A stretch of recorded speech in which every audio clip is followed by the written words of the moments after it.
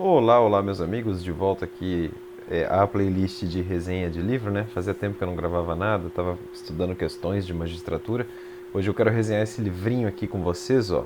O Trabalho Intelectual, de Jean Guiton. Salvo o melhor juízo, um livro que foi escrito na metade do século XX. É um livro, como o próprio título diz, né? O Trabalho Intelectual, que fala do trabalho intelectual, né? É um livro de método, mas não é um livro de metodologia científica, digamos assim. É claro, ele fala um pouquinho aqui de argumento a priori, a posteriori, etc, etc. Mas ele não está tratando só disso. Ele trata de uma coisa que todo mundo quer saber, né? Afinal de contas, como sentar e escrever? Como sentar e produzir? Como ler? Como fichar? Como guardar as coisas? E assim por diante. Eu li esse livro, eu juro, eu li hoje numa sentada. É, Acho que eu gastei a tarde lendo, hoje não estava a fim de estudar, eu falei, vou ler um livrinho que eu estou mais interessado. E no caso foi esse aqui do Jean Guiton. É, e foi muito interessante ler e notar que algumas coisas eu já colocava em prática e outras eu talvez divirja um pouco aqui do que ele diz. Não que eu discorde do que ele diz, mas às vezes por teimosia a gente repete o erro, né? Eu sou um desses que preferem buscar uma solução própria e entender melhor como você como indivíduo funciona, né? Para aprender, para estudar, etc, etc. Eu tô sem minhas tarjinhas aqui que eu uso para fazer as resenhas dos livros, então eu vou folheando e vou pegando aqui o que me chamou mais atenção. Mas ele já abre o livro falando: o vício de uma educação sistemática é não produzir mais que um homem criança, como são, na maior parte das vezes, os filhos primogênitos, como talvez seria o Emílio. O Emílio é um sujeito é um personagem de um livro de Rousseau. Segundo a nota do tradutor, vale lembrar aqui que a tradução foi feita por Lucas Félix de Oliveira Santana, uma tradução muito boa, tá? Com revisão, tradução revista por José Lima. Gostei bastante dessa tradução, muito bem feita. Só para constar, essa é a segunda obra na lista de leitura ordenada do site Contra os Acadêmicos. Eu vou colocar essa lista aqui embaixo, vale bastante a pena. É a lista de filosofia, tá?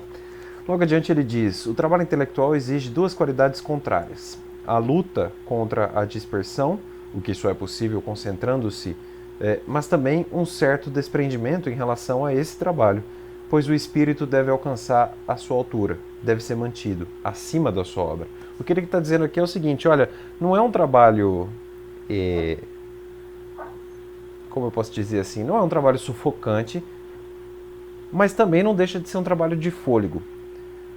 Basicamente, o Guiton consegue mostrar que você pode buscar uma vida intelectual sem necessariamente abdicar de todos os seus deveres e sem a necessidade extremada de ficar lendo 12 horas por dia. Não existe isso.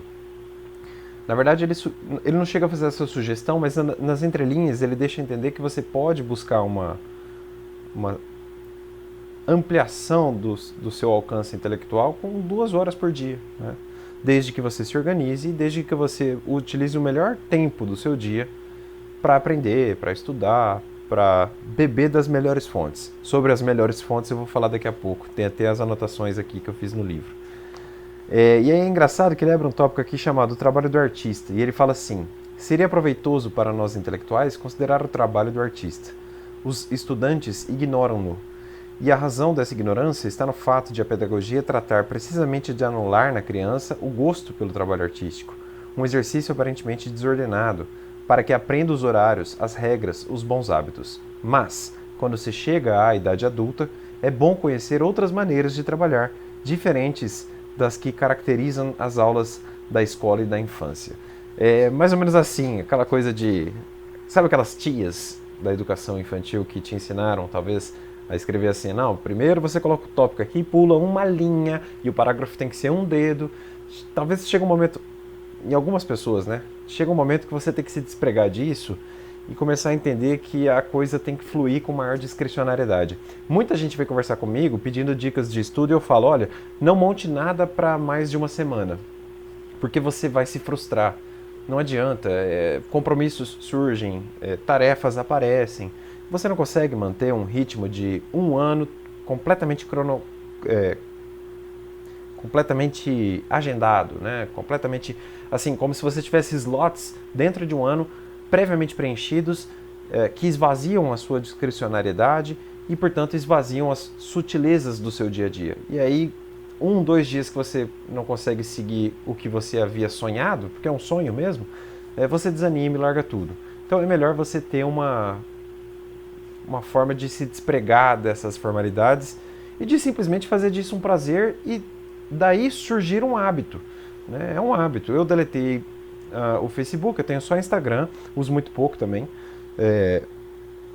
E eu senti mudanças assim dentro de um período de um ano inacreditáveis, né? Então, às vezes, ao invés de ficar perambulando lá e fazendo textão e xingando todo mundo e não sei o quê, eu prefiro pegar um livro e ler um pouco mais sobre um assunto, entender melhor as coisas que eu gosto.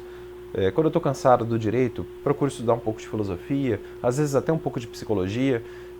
Gosto bastante desses temas. Eu acho que é importante a gente também se despregar um pouco da nossa vida profissional e buscar outras áreas, né? Acho que isso completa mais a nossa formação. Não se pode querer tudo ao mesmo tempo quando se opta por uma fachada. É necessário sacrificar a parte de trás do prédio. Aqui ele faz uma comparação com a profissão do arquiteto. Aqui eu coloquei um asterisco no livro e coloquei a importância da prática. Eu sempre falo isso aqui também. Li tanto um autor francês, cujo nome não sei pronunciar, acho que é Molière, como Shakespeare, deviam uma parte do seu gênio ao fato de terem vivido na companhia dos atores de suas peças e que tinham criado a obra em meio à confusão, no fervor e na pressa, experimentando as falas de suas personagens diante de um público reduzido. Transportando isso para o direito, eu sou do ramo jurídico e às vezes eu escrevo uns textos sobre processo civil de coisas que eu vejo na prática, né? São coisas que a gente vê no dia a dia, não adianta abstrair demais. O Guiton fala disso, né? Olha, a vida intelectual não é aquela coisa assim imanente demais, mas também não é aquela coisa prática de menos. Você precisa buscar um meio termo, não é? E aí eu coloquei um asterisco aqui, coloquei este é justamente o problema do acadêmico, né? O acadêmico formalista. Olha só o que eu destaquei aqui, que o Guiton fala. O inconveniente das vocações intelectuais é que os erros cometidos, nesse meio, não ferem nem o próprio coração nem a própria honra. Muitas vezes, como observa Descartes, esses erros até nos proporcionam a glória. O sapateiro que conserte mal a sola de um sapato tem a vantagem de ser punido. O cliente não voltará mais. Nos trabalhos de puro espírito, comprometemo-nos, geralmente, sem nada arriscarmos. E tenho pensado muitas vezes que o que muitos saboreiam na liberdade de suas opiniões é a certeza de que não terão de responder na carne por seus pensamentos. É certo que as coisas podem se passar de outra maneira. Nesse caso, o trabalho do espírito nos recordará a semelhança que existe entre a espada e a pena. Nesse espírito, o velho Renan pretendia que a ocupação de marinheiro viesse a ser a profissão dos grandes idealistas, aos quais proporcionaria, dizia ele, a possibilidade de sonhar tranquilamente neste mundo, exceto quando fosse preciso obrigá-los às horas heróicas, com 4 ou 5 chances de não retornar. O que ele está falando aqui é uma coisa que eu já vi o Pondé falando disso, eu vou ver se eu encontro esse vídeo e vou colocar nas referências aqui embaixo na descrição. O Pondé fala mais ou menos assim, o problema do teórico de academia, que geralmente é alimentado por coerção estatal, é que ele imagina um mundo na cabeça dele e quer imputar isso contra todos e, portanto, construir uma prática que ele imaginou na sua mentalidade como sendo boa, às vezes bem intencionado e às vezes não, né? Às vezes esse é o problema, às vezes do ponto de vista psicanalítico você encontra até um ponto autoritário nesses pensamentos. E tem um exemplo também que eu gosto muito do Flávio Morgenstern, que ele fala mais ou menos assim, o problema do intelectual é que ele imagina um mundo e ele quer que o mundo seja do jeito que ele imaginou. O jovem é muito assim, né? O jovem olha um problema social e fala, talvez o mundo devesse ser assim. O problema é que quando ele quer colocar isso em prática, ele se esquece que as ideias repercutem, elas tocam no tecido da prática, como escreveu Richard River, né? Cuja obra a gente resenhou aqui, né? as ideias têm consequências, e de fato tem mesmo, a gente percebe isso estudando história. Mas o Morgenstern dá um exemplo assim, olha, se você tem 10 reais e está com fome na rua, você vai pagar dezão para o pasteleiro, por exemplo, para comer pastel, porque você está com fome. Mas você não vai dar esses 10 reais para aquele professor de sociologia que geralmente é pago pelo Estado. Né? Essa é uma verdade muito dura para o intelectual, muito dura mesmo. Por isso que eu tenho certa ressalva com a vida acadêmica. Já falei disso algumas vezes. Eu não gosto muito da academia formal. Eu nunca fui atrás de mestrado, nem de doutorado. Acho que eu não tenho mais pique para isso. Já tive o sonho, sabe? Eu achava que era uma coisa assim super fodona e tal. E aí você vai estudando mais e mais. E você percebe que na verdade a academia está cercada de formalidades e esvaziada de ideias. Infelizmente é assim. Deixa eu ver se eu encontro aqui uma outra página. Aliás, eu tenho um curso de Direito Tributário, eu falo um pouquinho disso, né? E também naquele texto que eu estou construindo ainda sobre como a Constituição sufoca as nossas vidas, está lá no academia.edu, eu falo justamente disso, né? O pessoal bate muito na atual presidência, que teria reduzido gastos, que na verdade decorreram de uma opção política anterior do Michel Temer. Tudo bem, eu não vou entrar em política aqui, mas é mais ou menos assim, não, pela educação, não sei o que e tal e tal. Eu vou dar um exemplo, né? Quando eu estudava Direito, alguns alunos lideraram um movimento chamado Nenhum Professor a Menos. Eu estudei numa universidade pública. De fato, havia defasagem contratual de certos professores, mas era engraçado, os mesmos alunos que adoravam fazer baderna e gritar, não, nenhum professor a menos, queremos professores, educação, não sei o que, eram aqueles que matavam aulas e que iam aos corredores reclamar dos professores que cumpriam os horários. Eu acho muito engraçado isso, né? Muito incoerente também. E tem um vídeo do Rafael Falcon aqui no YouTube, eu vou colocar nas referências aqui embaixo. Salvo o melhor juízo, o nome do vídeo é O Dever de Educar-se. Este dever não é um dever de ser educado, eu sempre falo isso aqui nos comentários no Resenha Forense, mas sim um dever de você mesmo buscar a sua educação e a sua erudição. Né? Não precisa vir de fora. Você não precisa de verba estatal para comprar um livro desse para ler. Quem quer vai atrás e paga e compra, sabe? Se você tem dinheiro para comprar um caríssimo smartphone, por que você não teria dinheiro para comprar um Kindle, para comprar um livro? E mais, a vida intelectual não é reduzida só a escritos. Aliás, o Guiton fala disso aqui. Bom, eu daria o exemplo aqui de teologia, né? Eu sou católico, apostólico romano, e a Igreja Católica defende muito que a tradição cristã não se passou apenas pela Bíblia. Por isso que, geralmente, a teologia protestante e a teologia católica entra em certo conflito, não numa palavra de inimizade, né? Eu tenho vários amigos protestantes e evangélicos, super amigos meus, também tenho amigos ateus, não tenho problema nenhum com isso. É claro que, por mim, eu converteria todos eles, mas não cabe a mim salvá-los, não é? Mas o católico, ele entende que o avanço da cristandade não se deu apenas com a Bíblia.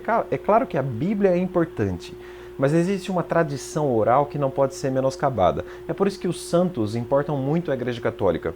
Não porque o pessoal diz, não, o católico venera santo. Não é bem assim. Na verdade, a gente utiliza o santo como um exemplo de humanidade cristã, como exemplo de alguém que esteve aqui nessa terra e manteve a trilha cristã, o bom caminho. Se só a Bíblia importasse, então talvez não seria o caso de ter feriado religioso, cultos ou missas, livros de teologia, não é? Por exemplo, os adventistas gostam muito da Ellen White, não é? Então faz o seguinte, então a gente não lê mais livro de teologia e simplesmente lê a Bíblia. O problema disso é que aí surgem vários intérpretes e você quebra a unidade da igreja. Eu, como católico, acredito que a igreja una é a igreja católica. Esses pontos de religião são só exemplos, eu não quero ofender a religião de ninguém, é claro que o meu ponto de vista religioso é esse, afinal de contas a religião também pressupõe aceitar que a sua religião tem certa razão em alguns pontos e as outras talvez não tenham, não é? Não vejo problema e nem preconceito nenhum nisso, é uma visão de mundo e também um ato de fé, não é? Mas é só para dar um exemplo aqui, eu quero mostrar que aprender não se dá apenas nos livros, né? Eu conheço muita gente que não é formada qual que é o curso lá? Bom, tem ciências econômicas, né? mas também tem o de administração.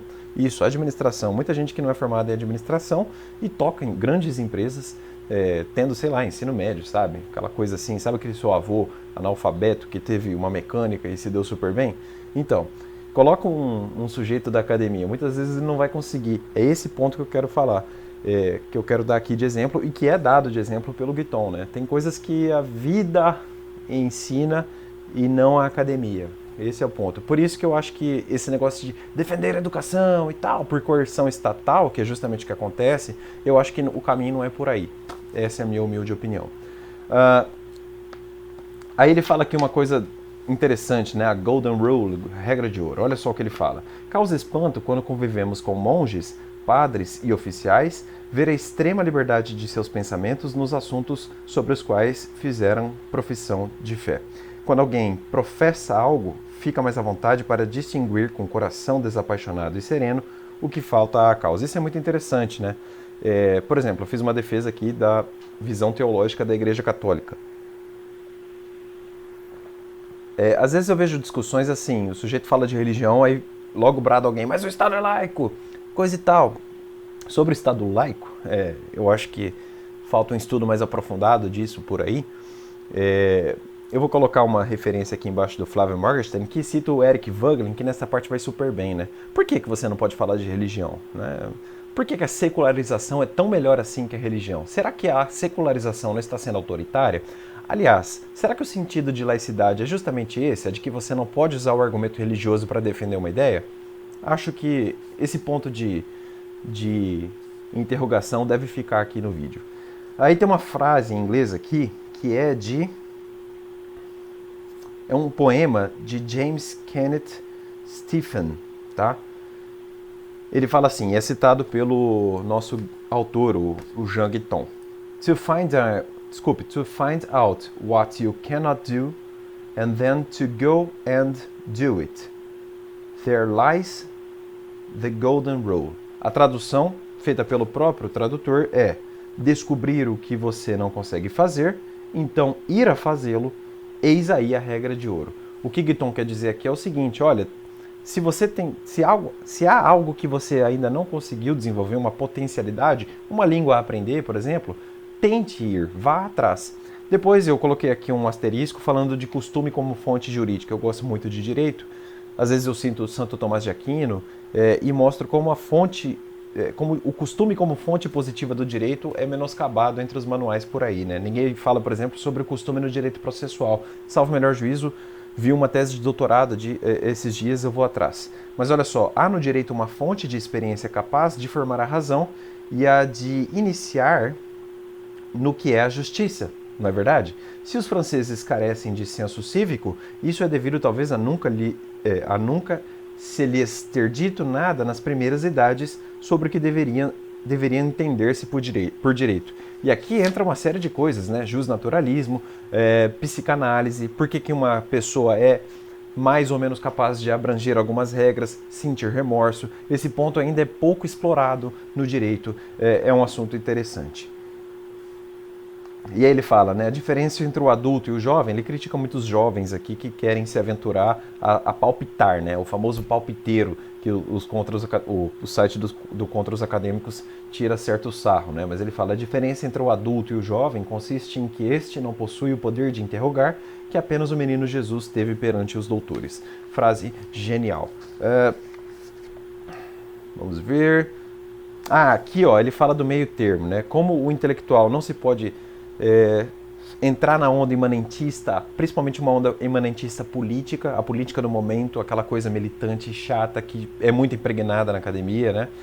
Mas ele também não pode se blindar demais e ser aquela coisa do sujeito que... Sabe aquele criminólogo que passa café, liga o ar-condicionado, vai ler Foucault e criticar o sistema prisional, mas nunca entrou numa prisão? É mais ou menos isso, né? Busque o meio termo disso tudo. Olha só o que ele fala. Tentava abolir em mim essa regra aristocrática que orienta todos os jovens professores. Não dar aula, senão para os melhores, ou seja, dar aula para os melhores. É preciso pensar nos piores, dizia a mim mesmo, cansado de mudar de opinião toda vez que era informado da visita do inspetor, cuja função é só de fazer falar dos melhores e por aí julgar o trabalho de ensino. Procurei sempre abrir os cérebros fechados, os cérebros rudes, pensando que, se obtivesse qualquer resultado com os alunos medianos, os melhores nos seriam dados por acréscimo. E aí um exemplo muito bom dele, ó. Sócrates falava às pessoas simples de Atenas e surgiu Platão. Muito bom o exemplo dado pelo Guiton. E aí ele fala, este livro dirige-se sobretudo aos propedeutas, ou seja, aqueles que estão preocupados com a essência última da pedagogia, do ensino, do interesse. Eu coloquei aqui um asterisco falando o sentido dos conselhos deste livro. Ele fala assim, olha, a profissão de intelectual, normalmente na fase do estudante que investiga, figura entre as mais livres e as mais belas que se podem propor aos jovens no primeiro esplendor de sua vida. O grão de mostarda, a menor das sementes, que uma vez semeada, cresce silenciosamente até se tornar uma árvore para as aves do céu, ou aquele semeador que toca a maior parte de suas sementes por uma que dá 100. Ou aquela seara onde o joio se encontra, tão misturado ao trigo que é preciso esperar pela ceifa para apartá-lo, ou ainda o conselho de deixar repousar a terra que frutifica por si mesma, Em certo sentido, as reflexões que seguem não são mais do que glosas sobre esses princípios primários. Justamente, ele fala, olha, esse livro aqui é para o início mesmo, né? A causa primeira de todo o seu esforço intelectual. Ele cita um trecho em latim de Santo Tomás de Aquino, que, como sabem, gosto bastante. Eu parei de resenhá-lo diariamente, mas vou voltar em breve, né, com a Suma Teológica. Mas o trecho é Ingressum instruas, progressum custodias, egressum impleas. Traduzindo, veda pela preparação, ou melhor, vela pela preparação, vigia os progressos, recolhe os frutos. Então, cuide da preparação, note bem o progresso e, no final, recolha os frutos. Esse movimento é o de uma onda que se prepara, sobe, cresce, rebenta, põe fim, deixando traços na areia. Essa é a ideia do estudo, este seria o meio termo que ele fala da vida intelectual. Deixa eu ver aqui o que é mais que eu consigo extrair do livro para vocês. Ele fala aqui, ó, 3 conselhos cruciais, esse ponto é interessante. Ele coloca uma frase do Napoleão, esse trecho aqui é bastante interessante para quem está muito preocupado em querer ler muito, mas no final das contas acaba retendo pouco. Vejam só, ele cita um trecho de Napoleão assim. Há muitos bons generais na Europa, mas eles veem coisas demais. Quanto a mim, eu vejo as concentrações e as ataco, certo de que os acessórios cairão por si mesmos. Não preciso contar como ficou a França com Napoleão, né? Um grande estadista. E mais, e aí ele cita mais uma vez Napoleão. Tudo se torna simples, fácil, determinado, nada é vago quando se estabeleceu com mão forte e autoridade superior o ponto central de um país. Sente-se quanta segurança e quanta simplicidade proporciona a existência desse ponto central. E mais ainda, uma terceira citação do Napoleão. Não é com um grande número de tropas, mas com tropas bem organizadas e disciplinadas que se obtém êxitos na guerra. Isso implicaria, voltando a ler o próprio Guiton, para o trabalho intelectual, em máximas como estas, que são 3. Primeira, saiba selecionar. Segunda, não procure entender tudo. Terceira, agarre-se a um só ponto e gire ao seu redor. Vou tentar dar 3 exemplos para explicar as 3 máximas. Primeira máxima, saiba selecionar. Ao invés de ler comentários a Platão, por que não ler os diálogos de Platão? Selecione, saiba selecionar. E nos diálogos de Platão, por que não ler o principal dos diálogos de Platão? Não que você não possa ler os demais, cuidado, tá? Segunda máxima, não procure entender tudo. Isso é muito valioso, essa máxima é muito interessante. Às vezes a gente abre um livro, não consegue entender algum pensamento e pensa, meu Deus, eu não vou conseguir mais estudar, fecha o livro e acaba. E acha que um dia a gente vai voltar lá e vai entender tudo de um dia para o outro. Não é assim, você tem que insistir, bater, ficar. E às vezes tem ideias que a gente não entende, não capta numa primeira vez, mas no decorrer dos dias, e às vezes dos meses, e até às vezes dos anos, a coisa acontece. Então, tenha paciência, né? Não procure entender tudo. Que exemplo que eu daria aqui? Eu daria o exemplo do livro O Capital do Marx. Eu já comecei a ler, dá trabalho, é difícil, não é fácil, é um livro muito difícil. Quando você tiver um coleguinha que se diz marxista, pergunte a ele se ele leu o Capital. Se ele leu o Capital mesmo, aí eu respeito. Agora, se ele não leu, ele não pode se dizer marxista. É um troço muito difícil mesmo. Talvez eu faça uma resenha escrita um dia de Marx. É muito difícil. Mas assim, essa máxima entra aqui no sentido de avança a leitura. Você não precisa entender o Capital inteiro, mas leia inteiro e você vai extrair muitas ideias, tenha certeza disso. Outras você vai entendendo com o tempo. Terceira máxima, agarre-se a um só ponto e gire ao seu redor. No dia a dia, por exemplo, digamos que você vai estudar processo penal, falando aqui com o pessoal do direito. Caiu lá um ponto chamado inquérito policial. Fica girando ao redor desse ponto. Não vá avançando, vomitando matéria, que senão você não vai dar conta. Certo? A regra de ouro do trabalho intelectual poderia ser a seguinte, então. Não tolere nem o semi-trabalho, nem o semi-repouso. Doe-se por inteiro, ou descanse absolutamente. Que não haja nunca em você mistura dos gêneros. Essa é a regra de ouro, né? Ou você está estudando de fato, ou vai descansar. É melhor. Esse negócio de forçar só vai te frustrar, vai te cansar, não vai ser legal. Ele fala até, em tom irônico, né? Acender as velas não é rezar a missa, né? Ou você está na missa de corpo e alma, ou você está fora, entendeu? Não tem meio termo aqui, não. Deveríamos nos esforçar em descobrir quais são as horas divinas, aquelas nas quais a atenção está num estado de lucidez, de penetração, de coincidência com o eu mais vivo. A preparação do trabalho exige um recanto e, mais ainda, uma atmosfera. Aí ele fala do ambiente de estudo, né? Ele fala que tem gente que se dá bem na bagunça. Ele fala de gente que precisa de símbolos. Eu, por exemplo, adoro tomar um cafezinho enquanto eu estudo. Todo mundo tem um hábito. Você pode criar um e vale muito a pena, né? Uma cadeira, uma mesa, um ambiente solene. Ele cita intelectuais aqui que tinham apartamentos só para fazer isso. O meu grande sonho é ter uma grande e imensa biblioteca. Um dia eu vou falar do meu sonho de biblioteca aqui.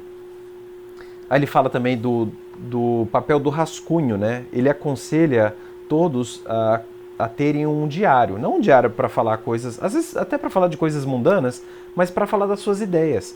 Porque um livro não nasce numa sentada e numa digitada. Tem coisas que vai surgindo aos poucos. Alguns livros foram escritos assim, né? Aí, por isso que ele fala uma hora da importância do tempo na reflexão, né? Você vai matutando a ideia e vai escrevendo aos poucos. Eu tenho um texto na academia que está em constante construção, chamado sobre como a Constituição sufoca nossas vidas. Para quem quiser, tem lá no meu site na academia. E aquilo eu vou escrevendo aos poucos, é engraçado. Às vezes surge uma ideia nova, eu falo, opa, isso eu posso colocar no texto. Eu vou lá e mudo, às vezes, uma linha que faz todo sentido no restante daquele texto. Se eu crescer uma lauda por semana, dentro de 50 semanas eu terei 50 laudas. E depois de mais 50 semanas, quem sabe eu tenha 100 laudas, e aí, quem sabe isso não vira um pequeno livro? Não sei, mas vai desenvolvendo a sua ideia e com o tempo as coisas vão surgindo. Olha só o que ele fala, de novo citando Napoleão. Napoleão tinha o poder de adormecer à vontade, fechando, como ele dizia, todas as suas gavetas. Sustentava que é útil poder dormir em pleno combate. Quando as disposições foram tomadas, quando as ordens foram dadas e os resultados ainda não podem se manifestar, cometeríamos o risco de perder a cabeça, entre aspas, ou de nos ofuscarmos com um acontecimento parcial. O sono pacifica essas agitações, deixa as forças intactas, o cérebro fresco. O repouso tem um outro fruto, que é a maturação. Então você vai desenvolvendo a ideia, vai pensando. O pensamento não tem a mesma velocidade do texto. Essa é a ideia do Guiton e vale a pena você ter paciência. Vai com calma, as ideias vêm ao pouco. Mas também você não pode parar de ler, né? Vai pensando, vai anotando, vai fichando, vai guardando informação. Como que você ficha, Marcelo? Ele aconselha aqui a usar fichas verticais, que é o método mais tradicional. Eu prefiro seguir o método do velho Olavo de Carvalho, né? Eu ficho dentro do livro aqui mesmo, o livro serve de fichamento. Aqui tem todos os asteriscos que mais me interessaram, geralmente eu me interesso muito por gnoseologia, na filosofia, e aí eu coloco um asterisco no ponto que me interessa e coloco uma anotação em cima. Dá muito certo. Quando eu vou escrever os meus textos, tá tudo aqui, fica fácil. Aqui um outro asterisco, por falar nisso, né? Não existe início, meio e fim. Muita gente pergunta isso para mim. Marcelo, por onde eu começo? Qual doutrina ler primeiro? Qual autor você recomenda? A resposta está aqui. Eu sempre falo disso, ó. Não existe uma ordem perfeita. A toda e qualquer disposição das matérias, poder-se-ia preferir uma outra e justificá-la por motivos razoáveis. Trata-se apenas de não nos deixarmos perturbar pela ideia da perfeição e de elevar a um grau maior de nitidez o plano que se acrescenta ao nosso espírito. Perfeito, eu concordo plenamente com o Guiton. Aí ele faz uma crítica muito boa, né? Aquele pessoal que exagera na compra de livros, né? Tome cuidado, exagerar não faz bem. Mais ou menos assim, eu vou usar o exemplo do direito, né? Você vai estudar processo civil, leia os grandes autores, né? Além dos clássicos, se for para ler dos contemporâneos, leia os grandes. Leia Fred Didier, Marinoni, Cândido Rangel Dinamarca, Eduardo José da Fonseca Costa. Muitos grandes autores existem por aí, eu acho que não cabe aqui ficar citando nomes, estou só dando exemplos. Mas não vai se apegar a um amontoado gigantesco de paper por aí, que você encontra em revista, e muitas vezes tem porcaria na internet, imprimir e colocar ao lado desses grandes. Leia os grandes primeiro, depois você avança, se houver interesse, nos pequenos. Aproveite o seu tempo, tem gente muito boa que já escreveu antes. Aí essa crítica que ele faz aqui, ó, serve muito bem para o, entre aspas, inteligentinho, né? E para aquele povo mais... Sabe o virtuoso de rede social? Aquele que parece que um senso de justiça brota quase que naturalmente da sua ontologia cerebral? Serve para esse pessoal aí. Olha o que ele fala. A abundância é também o defeito de muitos livros. Tudo se diz, nada sobressai. E os nossos jovens são desculpáveis numa época como a nossa, que vê uma virtude de maturidade nas confusões e nas febres de adolescência. Serve para o pessoal aí mais agitado da academia, né? Não preciso ficar dando muito exemplo aqui não.